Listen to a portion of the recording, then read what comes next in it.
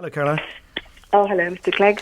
Mr. Clegg, I just wanted to know how come Lord Rennard has actually been allowed not to go through a disciplinary process. It's just been the subject of an independent inquiry, which found a broadly credible view on the 10 women that have brought allegations against him. However, your QC has determined that he wouldn't go through a disciplinary process. But you've asked him, based on, without going through a trial, if you like, that he should apologise. Yeah. Why should he apologise?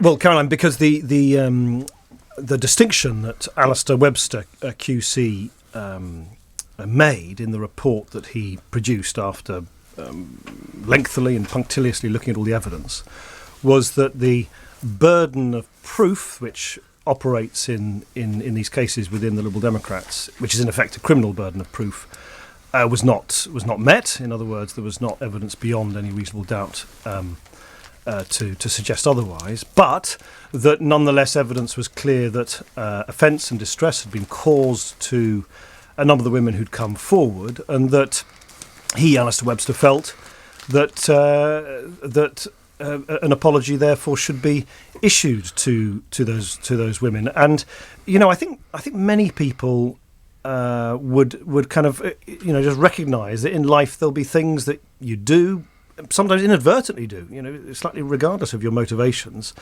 that people do to each other, to their family, to their friends, to colleagues.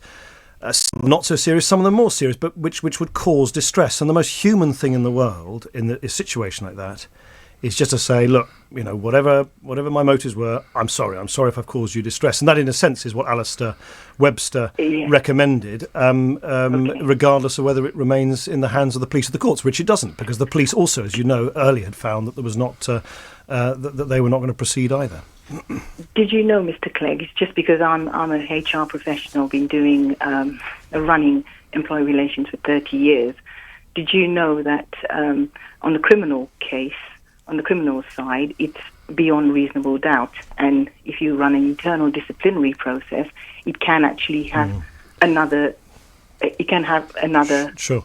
outcome, and that was open to you. No, it wasn't. No, it wasn't, Caroline. Just since you do know about these things, it's actually quite an important, but if rather kind of detailed point, which is that the rules as established within the Liberal Democrats, set many years ago, actually sets the criminal burden of proof in these cases. Now, I so happen to agree with the implication of your question, which is we probably need to revisit whether that is the right burden of proof to use, formally speaking, in these disciplinary formal procedures, and that's why the president of the party, Tim Farron, will be doing that. So, in other words, the kind of hurdle of proof that you need to meet is, you're quite right in saying, is higher than it would be actually in many other internal disciplinary procedures. That is the way it is in the Liberal Democrats. I, as leader of the party, am not going to sort of from one day to the next suddenly, change the burden of proof. But it does, I agree with you, need to be looked at in the round and hopefully in a sort of calmer way in the months ahead. Quick last point from you, Caroline. Lots of people want to get involved. Quick final point. Okay, my final point is, do you feel that because it's now become public that, there will be any difficulties for you to run this process, revisit it, because he may say that he hasn't received a fair trial?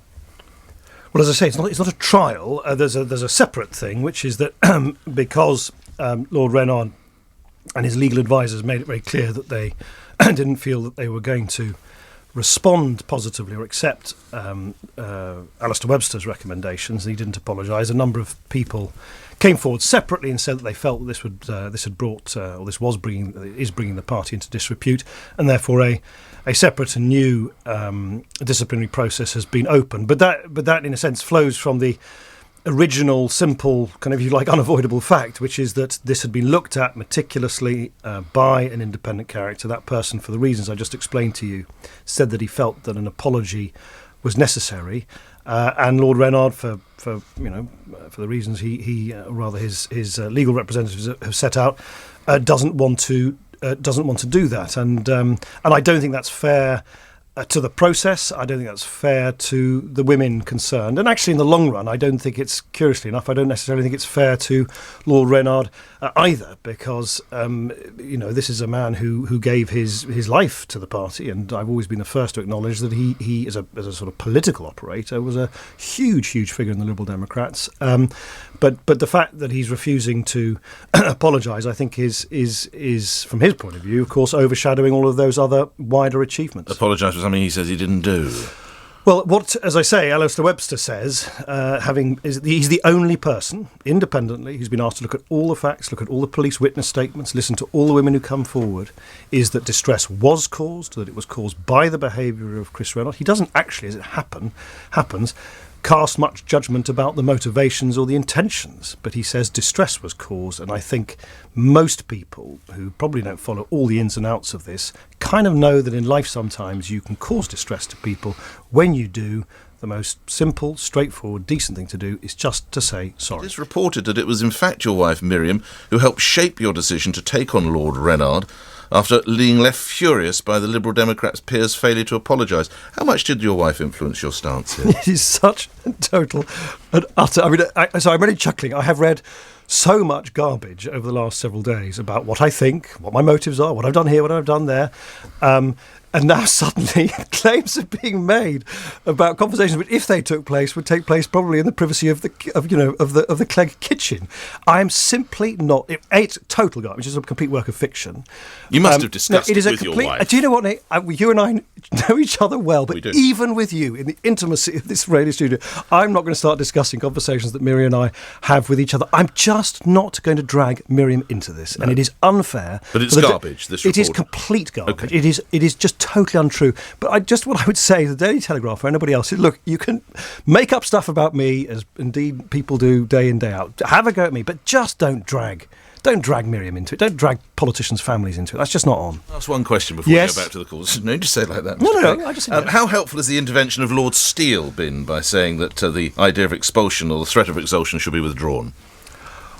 To be honest, I haven't read David Steele's. I mean, look, there are lots of people who I quite understand have views which they feel everybody needs to hear about, and they provide a running commentary, if you like, on this process. Let me really be open with you. I actually think the way that we handled it last year wasn't great, wasn't ideal, and on your watch.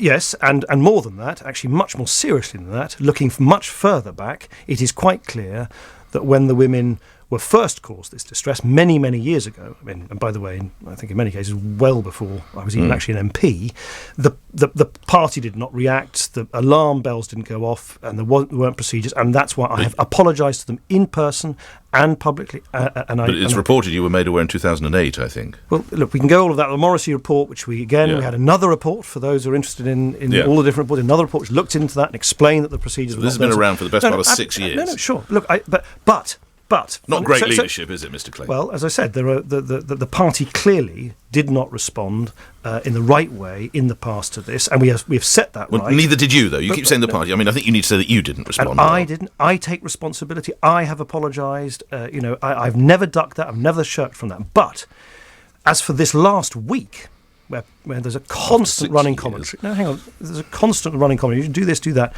As I said, there was only one decision. Only one judgment that I had to make. Everything else is secondary to that, which is that once a report had been issued by someone into all of this, the only person who'd been asked independently, fairly, in an objective way to assess all the facts, once that person had come forward and said, here's what I think, and I think an apology should be due, the only decision I needed to make on behalf of the party was, do we agree with, do we want to see those recommendations upheld or not? And of course I do, because you can't have a system where you have a process, we have due process, where you have something which is looked at, where recommendations are then made, and then you basically set them aside. That can't be right. So 1 week of brilliant leadership, 6 years of obfuscation. Well, Nick, you can characterise it any way you like. It's not the way I would. I'm just trying to explain fairly and openly about where I think the party has gone wrong, and yes, where leadership was not properly exercised in the past. As for the last week, because that is what I think, in response to your specific question about Lord Steele's comments, I think the last week, as I say, if you just come back to it, last Wednesday, exactly a week ago, a report was published Everything else flows from a simple decision. Do you seek to have those recommendations upheld, yes or no? And I think in the name of due process, fairness, in the name of the women, and in the name of kind of wider decency, it is right to try and do so. Why didn't you go into law or take tennis even more seriously? Thank you, Nick. Your sympathy knows no bounds.